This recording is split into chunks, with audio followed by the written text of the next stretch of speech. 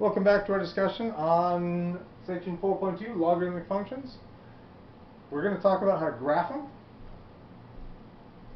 And I'm going to start with what I think is probably the most basic logarithmic function. Let's do the basic one.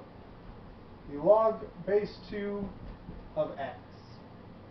Hopefully in the first video you got really comfortable with thinking about logs of numbers. So now I'm taking the numbers away, leaving us with only letters and sadness so that we can find the graphs of these things. As usual, when presented with an unfamiliar function that you need a graph of, I'm going to make a table of values. So I'll need x values and y values here. So the x values I want to use, let's just start with the standard set of x values, -3, -2, -1, 0, 1, 2, and 3. We'll try putting these guys in and see what we get. This one seems easy. The log base 2 of 2 is 1. This is the exponent that I can put on top of 2 to get this outcome. And this one is also pretty easy. If I need to put an exponent on top of 2 to get 1, that exponent should be 0. I don't know what exponent I can put on top of 2 to get 3. There's probably a number in there somewhere. Like, it probably exists. I just don't know what it is. And if I want 0, 2 to some number equals 0. That, I don't think that's going to work.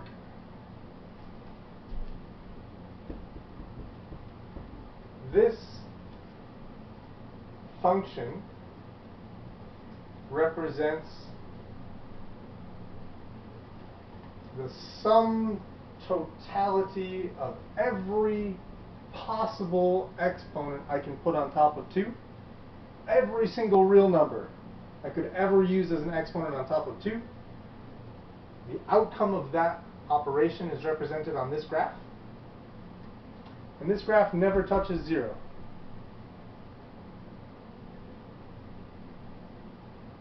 Every single real number in existence cannot make this function hit 0, which means that this is not going to work for us. Neither is this, or this, or this. This function is never going to get to negative numbers.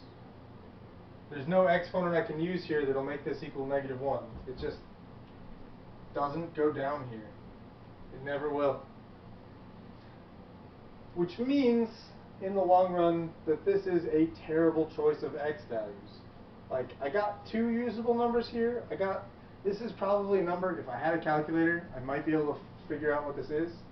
Probably 1.4 or something, 1.6, I have no idea. Well, whatever it is, it's a mess, and 4 of these just straight up don't exist. This is not a good set of values.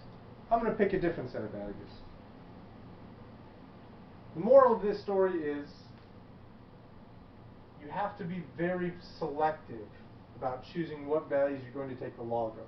Logs are kind of weird. You gotta play nice with the logs if you want reasonable outputs.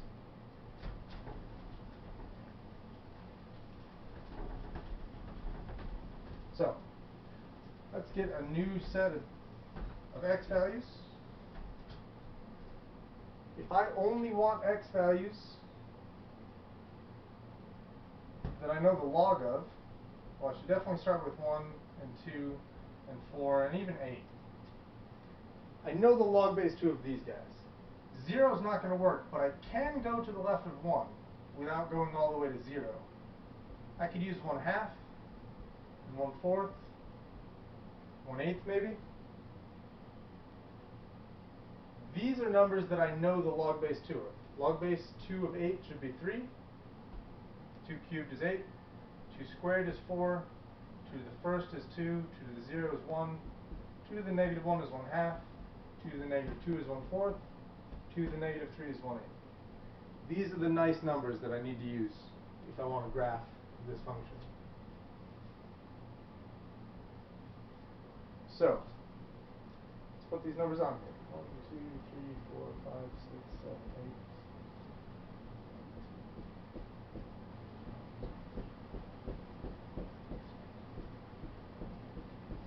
8. Okay. So I got a x-intercept of 1, 0. Past that, I get to 2 there. I get x equals 4 there. I get x equals 8 right here. And over here, I'm going to have a -1 at 1/2, -2 at 1/4, -3 at 1/8.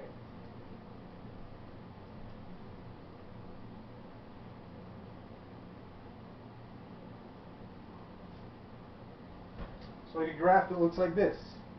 I already know that 0 is not an option. I cannot plug 0 into this function, and I cannot plug negative numbers into this function.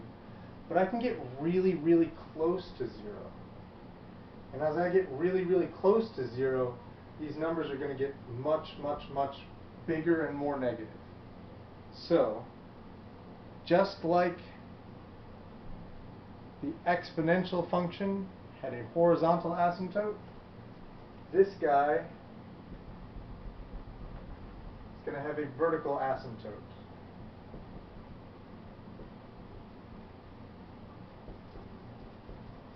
Which kind of connects to its domain restriction. The other time we've seen vertical asymptotes is in section 3.5 when we did rational functions. Vertical asymptotes came from domain restrictions, the numbers that we were not allowed to plug into the function. And 0 is that number here. You cannot plug 0 into this function. You'll get gibberish nonsense. Doesn't work, doesn't make sense. 0 is the domain restriction. 0 is the vertical asymptote. And on the back end we have curves out like that. I want to, so this is y equals log raised to x. I want to talk about the relationship between this graph and y equals 2 to the x, which looks like this. 1/2, 1/4, 1/8, 2, 4, and 8.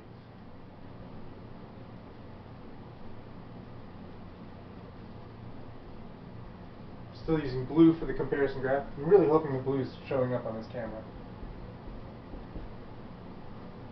as distinct from the black, so that I can talk about the two, the relationship between the two, and have them be distinct. Here, for the logarithm graph, I have a vertical asymptote, and then it curves out this way. For the exponential graph, I have a horizontal asymptote, and it curves out that way. If you're very good at looking at shapes of things, you might notice that these two graphs are reflected across this line.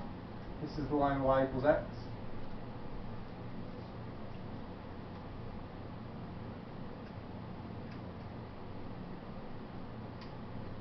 And the reason they are reflected across that line is if you make a table of values for y equals 2 to the x,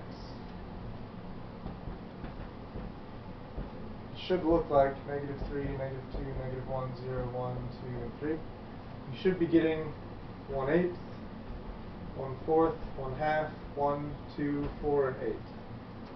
Hopefully these numbers are extremely familiar to you. The table of values for y equals 2 to the x uses all of the exact same numbers for the table of value of y equals log raised 2 of x. The difference is they're switched.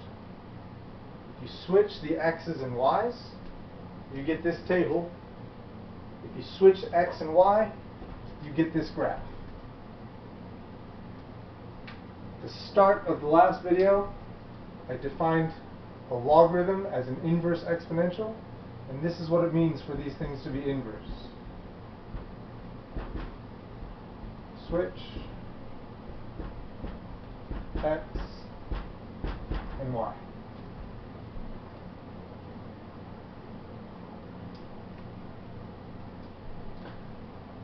So this is the basics of logarithm graphing. We have a lot more logarithm graphing to do. I'm going to start a new video for it, so it's all collected in one big place. Also, this is kind of messy. I should probably start erasing. So stay tuned for the next video. We're going to talk about what happens when we mess with logarithm graphs.